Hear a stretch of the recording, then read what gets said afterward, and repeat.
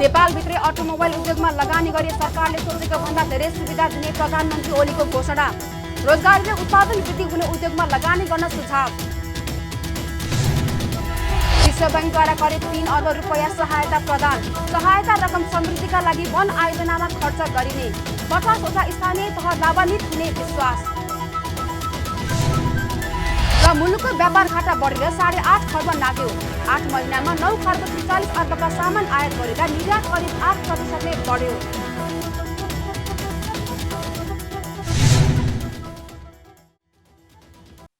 हामी छौं पल पल तपाईसँग, हिमाल पहाड तराईसँग, साथ छ हाम्रो बढ्ने कदमलाई। सलाम छ ती पोरखी हातहरूलाई, जिन्दगी सजाइदिन्छौं हामी, हर सासको साथी बन्छौं हामी। सुरक्षा अनि समृद्धि प्राण छ हाम्रो, हर आफू पनि बचाऊ, अरूलाई पनि बचाऊ। आजै नेपाल लाइफमा जीवन बिमा गरौँ। हामी हौ नेपाल लाइफ। नेपाल लाइफ, किनकि जीवन अमूल्य छ।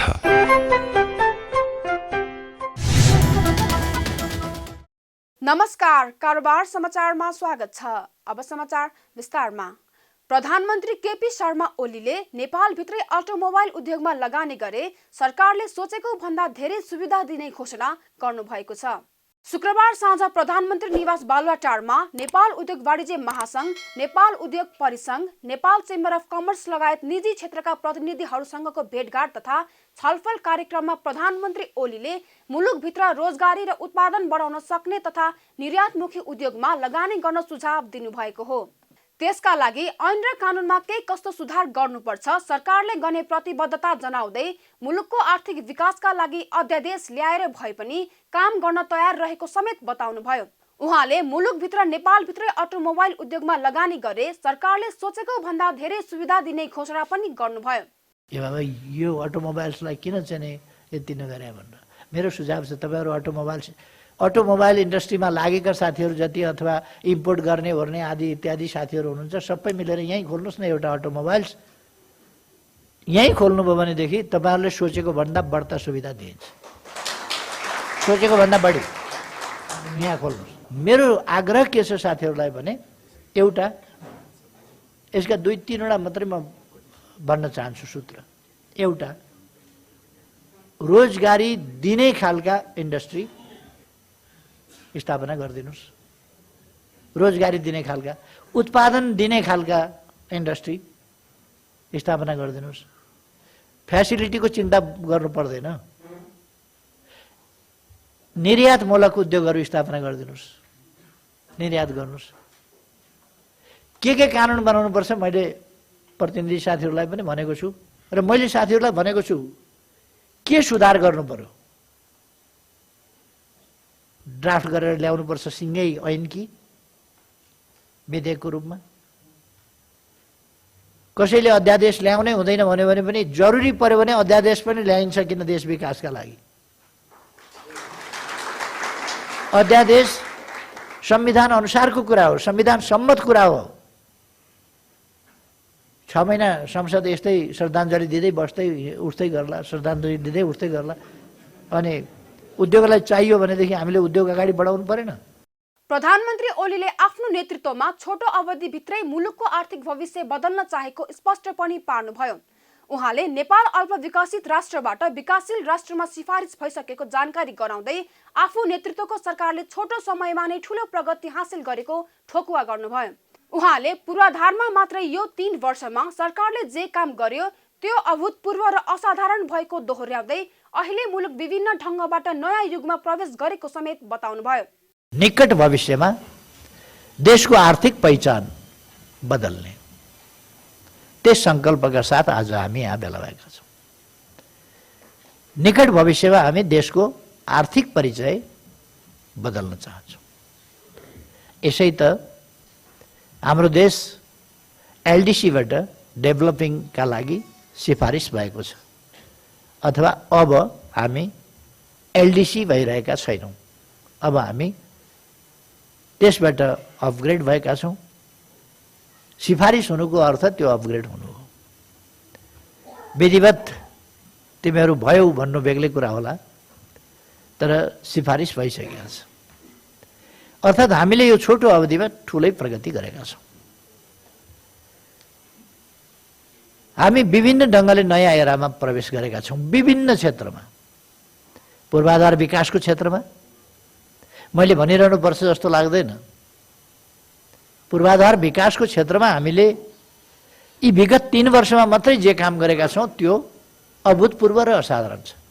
यसअघि उद्योग वाणिज्य महासंघका अध्यक्ष शेखर गोल्छाले कोरोना महामारीका कारण मुलुकको अर्थतन्त्रमा ठूलो प्रभाव परेको भन्दै सोबाट परेको प्रभावलाई न्यूनीकरण गर्न साना मझौला तथा घरेलु उद्योगलाई उपलब्ध गराउने पुनर्कर्जा सरल रूपमा वितरण गर्न र उनीहरूलाई कर छुटको व्यवस्था गर्न माग गर्नुभयो। उहाँले व्यावसायिक निरन्तरता कर्जा पाउन कठिन भएको गुनासो पनि गर्नुभयो। साथै सरकारले पुनरुत्थान कार्यक्रम ल्याउन आवश्यक रहेको समेत बताउनुभयो। महासंघको अध्यक्ष गोल्छाले यस विषयमा चैत्र 28 गते महासंघले सार्वजनिक गर्ने भिजन पेपरमा समेत उल्लेख रहेको बताउनुभयो। कतिपय व्यवसाय त पुरै बन्द भएको अवस्था रहेको छ।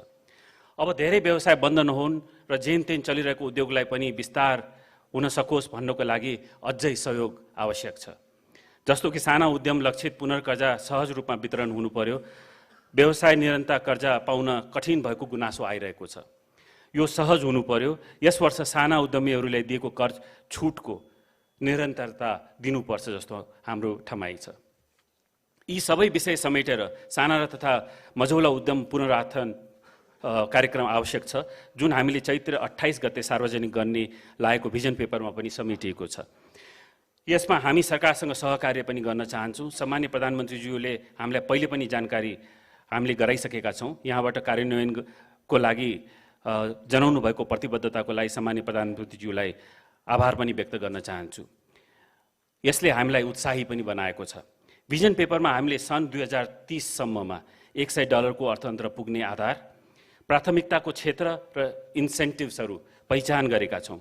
दोहोरो अङ्कको आर्थिक वृद्धि मार्फत अतिरिक्त 22 लाख रोजगारी सृजना गर्ने अवस्था हामीले देखेका छौँ। यसको लागि तत्काल 41वटा इनिसिएसनमा हामीले काम गर्नुपर्ने थाल्ने देखिएको छ। यस्तै नेपाल उद्योग परिसंघका पूर्व अध्यक्ष हरिभक्त शर्माले आगामी 10 वर्षभित्र मुलुकको काया पलट हुने गरी 2-4 वटा नीतिलाई 2-4 हप्ताभित्र कार्यान्वयन गर्न प्रधानमन्त्री ओली समक्ष आग्रह गर्नुभयो।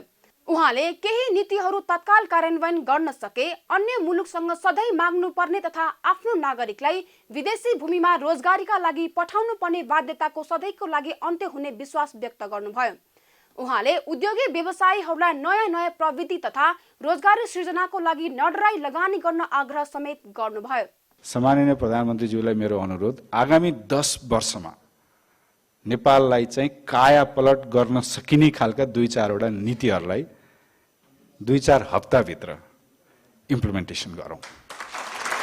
यो गर्न सकियो भने हामी नेपाल चाहिँ सदैव यस्तो अरूसँग मागेर हाम्रो भाइ बहिनीहरूलाई चाहिँ बाहिर जागिरमा पठाएर बिहान रेडियोमा विज्ञापन सुन्दा विदेश जानलाई तँलाई मद्दत गर्छु, विदेशमा यसो गर, यस्तो जागिर दिन्छु, होइन कि विराटनगरमा जागिर दिन्छु, पोखरामा जागिर दिन्छु, काठमाडौँमा यस्तो जागिर छ, नेपालगञ्जमा यस्तो काम चलेको छ, तिमीहरू यहाँ आऊ भन्ने खालको विज्ञापन बजाउन सकिने गरी हामी काम गर्न चाहन्छौँ। तपाईँहरू साथीहरू जो उद्यमी साथीहरू यहाँ हुनुहुन्छ, तपाईँहरूलाई मेरो विनम्रतापूर्वक अनुरोध, हामी टेक्नोलोजीमा इम्प्लोइमेन्ट जेनेरेसनमा लगानी बढाउँ, हामी डराएर नबसौँ। प्रधानमन्त्रीज्यूले त्यो आश्वस्त पक्कै पार्नुहुनेछ। भेटघाट तथा छलफल कार्यक्रममा उद्योगी व्यवसायीहरूले आगामी आर्थिक वर्षको बजेट निजी क्षेत्र मैत्री निर्माण गर्न समेत सुझाव दिएका छन्। विश्व बैंकले नेपाललाई 2 अर्ब 80 करोड रुपैयाँ बराबरको सहायता उपलब्ध गराउने भएको छ। विश्व बैंकले समृद्धिका लागि वन आयोजनाका लागि 24 मिलियन अमेरिकी डलर अर्थात् करिब 2 अर्ब 80 करोड रुपैयाँ बराबरको सहायता उपलब्ध गराउने भएको हो। शुक्रबार अर्थ मन्त्रालयमा आयोजित एक कार्यक्रममा अर्थ मन्त्रालयका सचिव शिशिर कुमार ढुङ्गाना र मालदिप्स, नेपाल र श्रीलङ्काका लागि विश्व बैंकका राष्ट्रिय निर्देशक फारिस हदाद जर्वोसले सम्झौता पत्रमा हस्ताक्षर गर्नुभयो। सम्झौताको कुल रकम मध्ये 71 करोड रुपैयाँ अनुदान र 2 अर्ब 9 करोड रुपैयाँ सहुलियतपूर्ण ऋण रहेको छ। यसबाट नेपालको दिगो वन व्यवस्थापनसँगै समुदायमा आधारित वन संरक्षण प्रयासलाई टेवा पुर्याउने विश्वास लिएको छ। सम्झौता पत्रमा हस्ताक्षर गर्दै अर्थ मन्त्रालयका सचिव शिशिर कुमार ढुङ्गानाले वन जंगल संकटको समयमा स्थानीय समूहहरूका लागि परम्परागत सुरक्षाको जाल रहेको बताउनुभयो। यस आयोजनाले नेपालको वनमा आधारित क्षेत्रलाई रोजगारीमा लगानी गर्न र काठको आयातमा निर्भरता कम गर्न सहयोग पुर्याउने उहाँको भनाइ छ। I am pleased to sign this financing agreement on Forest for Prosperity projects with the World Bank amounting of 24 million, as my colleagues Faris already mentioned about it. It is equivalent to about rupees 80 crores rupees, out of which 6.1 million as a grant and 17.9 million as a concessional loan. The project aims to improve sustainable forest management, including increased benefits from the forest ecosystem services, greater climate resilience, and contribute to the reductions of the greenhouse gas emission in selected municipalities of Province Number 2 and Lumbini Province. Nepal has a successful history of community-based forest management. Forests are traditional safety net, and a large number of people rely on the community forest for their livelihood. About 34% of the forests are managed by the community forest user groups, which represents about 2.9 million households. As we know, forests remain an important livelihood for rural people. The project will enhance the contribution for the forest sectors to economic growth, better livelihood, job creation, and prosperity, and will also improve the regulatory frameworks as well as the institutional capacity. Maldives, Nepal र श्रीलङ्काका लागि विश्व बैंकका राष्ट्रिय निर्देशक फारिस हदाद जर्वोसले यस आयोजनाले 50 वटा गाउँपालिका र नगरपालिकाहरूलाई सहयोग पुर्याउने बताउनुभयो। यस आयोजनाले समावेशी जलवायु कार्य तथा नेपालको तुलनात्मक लाभमा आधारित हरित आर्थिक वृद्धिका लागि सुरुवातको बिन्दु हुने उहाँको भनाइ छ। अपेक्षित परिणाम हासिल भए आयोजनालाई अझ विस्तार गर्ने पनि उहाँले बताउनुभयो। Today we have signed the Forest for Prosperity project, a 24 million investment project supported through the Forest Investment Program that will support the ongoing federalism process, support the community's sustainable management of forests, and help develop a vibrant and modern forest-based private sector. These two operations are part of an ongoing programmatic engagement on forest landscapes between the government of Nepal and the World Bank. समृद्धिका लागि वन आयोजनाले नेपालको दिगो वन व्यवस्थापनलाई सुधार गर्दै वनमा आधारित निजी क्षेत्रको विकास गरी वन क्षेत्रको रूपान्तरण गर्न योगदान पुर्याउने बताइएको छ। यो आयोजना विश्व बैंकद्वारा वित्त पोषित गरिएको विगत 15 वर्षकै पहिलो वन क्षेत्र सम्बन्धी लगानी आयोजना हो। सरकारले पेट्रोलियम पदार्थको मूल्य बढाएसँगै वायुसेवा सञ्चालकहरूले पुनः हवाई भाडा बढाएका छन्। यसअघि फागुन 20 गते हवाई भाडा वृद्धि गरेका वायुसेवा सञ्चालकहरूले शुक्रबार राति 12 बजेपछि लागू हुने गरी पुनः मूल्य बढाएका हुन्। नेपाल आयल निगमले पेट्रोलियम पदार्थको मूल्य समायोजन गरेसँगै वायुसेवा सञ्चालकहरूले पनि भाडा बढाएका छन्। निगमले चैत्र 3 मा पेट्रोलियम पदार्थको मूल्य बढाउने निर्णय गरेको थियो। त्यस क्रममा हवाई इन्धनको मूल्यमा प्रति लिटर 2 रुपैयाँ वृद्धि भएको थियो। हवाई भाडामा लाग्ने इन्धनको शुल्कमा भएको मूल्य वृद्धिलाई नेपाल नागरिक उड्डयन प्राधिकरणले स्वीकृति गरेसँगै बढेको मूल्य लागू हुन लागेको वायुसेवा सञ्चालक संघले जानकारी दिएको छ। चालू आर्थिक वर्षको 8 महिनामा 9 खर्ब 43 अर्ब 98 करोड रुपैयाँ भन्दा बढीको वस्तु आयात भएको छ। भन्सार विभागले सार्वजनिक गरेको तथ्याङ्क अनुसार दोस्रो चौमासिक सकिदासम्म गत आर्थिक वर्षको सोही अवधिको भन्दा 2.14% बढेर कुल 9 खर्ब 43 अर्ब 98 करोड 82 लाख 50 हजार रुपैयाँको वस्तु आयात भएको हो। विभागका अनुसार गत आर्थिक वर्षको फागुन मसान्तसम्म 9 खर्ब 24 अर्ब 24 करोड रुपैयाँको आयात भएको थियो। यस अवधिमा निर्यात 7.84% ले वृद्धि भएको छ। विभागका अनुसार गत आर्थिक वर्षको फागुन मसान्तसम्म 74 अर्ब 90 करोडको निर्यात भएकोमा फागुनसम्म 80 अर्ब 77 करोडको निर्यात भएको छ। नेपालको व्यापार घाटा 8 खर्ब 63 अर्ब रुपैयाँ पुगेको छ। व्यापार घाटा गत आर्थिक वर्षको सोही अवधिभन्दा 1.66% बढी हो। यस अवधिमा सबैभन्दा बढी डिजेल आयात भएको छ। यस्तै स्टिलको कच्चा पदार्थ, मोबाइल फोन, भटमासको कच्चा तेल, एलपी ग्यास, पेट्रोल, कोइला, चामल तथा सुनको आयात सबैभन्दा बढी भएको छ। यस्तै सबैभन्दा बढी भटमासको प्रशोधित तेल निर्यात भएको छ। यस अवधिमा 23 अर्ब भन्दा बढीको भटमासको तेल निर्यात भएको हो। यस्तै अलैची, कार्पेट, चिया, कपडा लगायतका वस्तुहरू शीर्ष निर्यात हुन्। परराष्ट्र मन्त्री प्रदीप कुमार गेवालीले सरकारले गरेका महत्त्वपूर्ण उपलब्धिहरूको फेरिस्त सुनाउनु भएको छ। शुक्रबार बसेको प्रतिनिधि सभाको बैठकलाई मन्त्री गेवालीले सरकारले गरेका महत्त्वपूर्ण उपलब्धिहरूको फेरिस्त सुनाउनु भएको हो। मन्त्री गेवालीले वर्तमान सरकारको नेतृत्वमा मुलुकले महत्त्वपूर्ण उपलब्धि हात पारेको दावी गर्दै मुलुक विकासशील मुलुकमा अंकित हुने चरणमा पुगेको, मेलम्चीको पानी सुन्दरीजल आएको र अर्को हप्ताबाट काठमाडौँको धारामा पानी आउन थाल्ने, नागढुङ्गा सुरुङ मार्गको निर्माण कार्य सुरु भएको, आगामी 2 वर्षभित्र कालोपत्रे नपुगेका प्रत्येक पालिकालाई कालोपत्रे सडकले जोड्ने गरी कामको सुरुवात भएको लगायतका सरकारले गरेका काम कारबाहीको फेरिस्त सुनाउनुभयो। काठमाडौँका जनताहरूले वर्षौँदेखि काकाकुल जस्तै पर्खिरहनु भएको मेलम्चीको पानी अस्ति सुन्दरीजल आइपुगेको छ र अब छिट्टै मलाई लाग्छ अर्को हप्ताबाट काठमाडौँका नागरिकहरूका धाराधारामा त्यो पानी आउनेछ। प्रदेश नम्बर 2 का 5वटा जिल्लाको भाग्य बदल्न सक्ने मरिन सुनकोशी डाइभर्सनको काम सुरु भएको छ। त्यसले 1,82,000 भन्दा बढी जमिनलाई सिँचाइ गरेर तराईलाई एउटा सुन फल्ने ठाउँ बनाउनेछ भन्ने हाम्रो विश्वास छ। एम्बुलेन्समा घन्टौँ जाममा परेर बिमारीलाई अस्पताल ल्याउन नसकेर बीचमै ज्यान जानुपर्ने नागढुङ्गाको जामलाई अन्त्य गर्नको निम्ति नागढुङ्गा सुरुङको काम तीव्रताका साथ अगाडि बढिरहेको छ। सरकारको तर्फबाट राष्ट्रपति विद्यादेवी भण्डारीले आगामी चैत्र 9 गते बङ्गलादेशका औपचारिक राजकीय भ्रमण गर्न लागेको पनि मन्त्री गेवालीले सदनलाई जानकारी गराउनु भएको छ।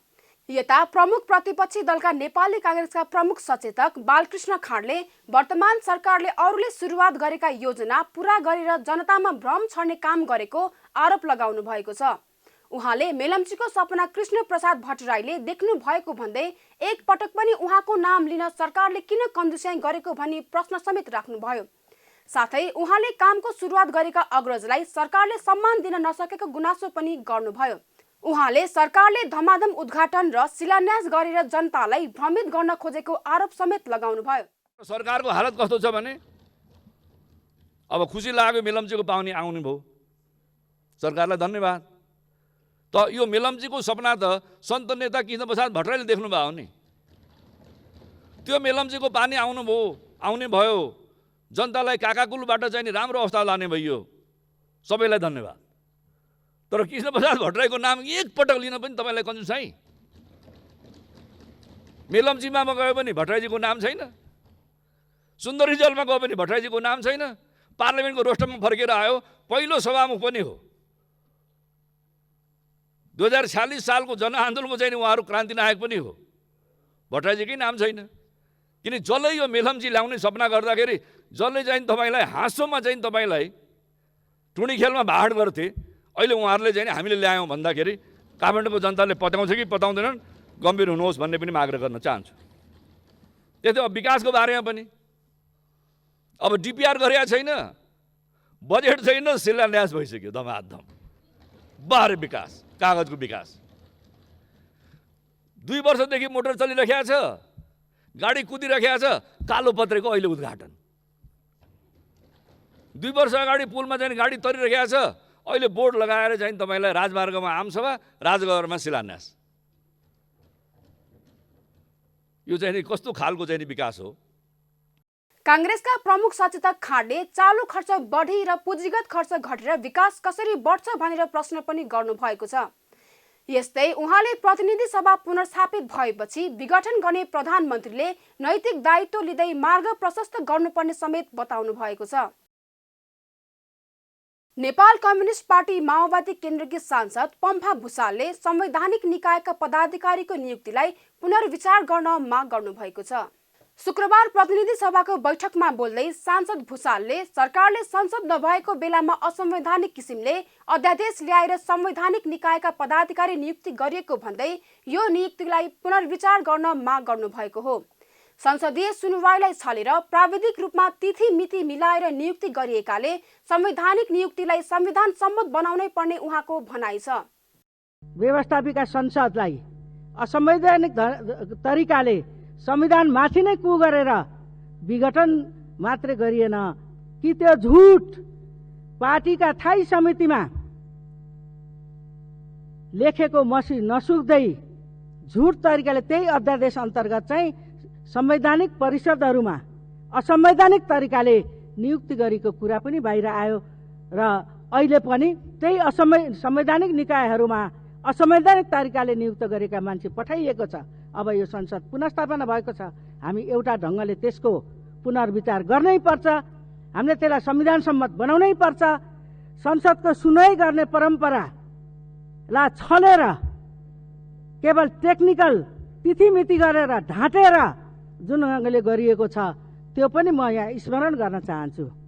सांसद भुसालले वर्तमान राजनीतिक प्रणाली अनुसार निर्वाचनमा कसैको पनि 2/3 आउने सम्भावना नरहेको भए पनि प्रधानमन्त्री ओलीले 2/3 ल्याउने धाक दिएर आफ्नो लाज छोपेको आरोप पनि लगाउनुभयो। यस्तै सांसद भुसालले नैतिकताको आधारमा प्रधानमन्त्री ओलीले प्रधानमन्त्रीबाट राजीनामा दिनुपर्ने पनि बताउनुभयो। कारोबार समाचारमा अब सुन चाँदी र विदेशी विनिमय दर सम्बन्धी जानकारी।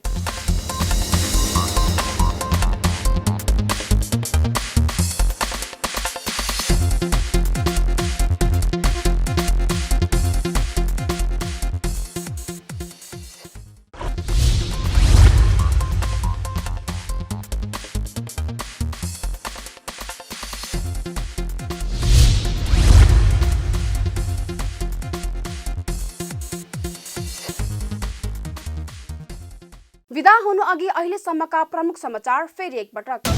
नेपालभित्रै अटोमोबाइल उद्योगमा लगानी गरी सरकारले सोचेको भन्दा धेरै सुविधा दिने प्रधानमन्त्री ओलीको घोषणा।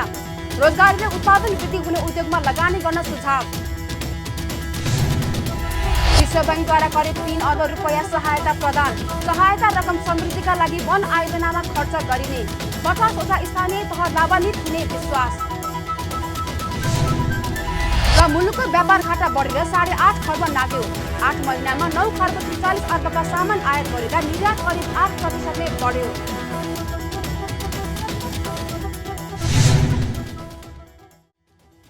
कारोबार समाचार सकियो। हामीलाई बिदा दिनुहोस्। नमस्कार।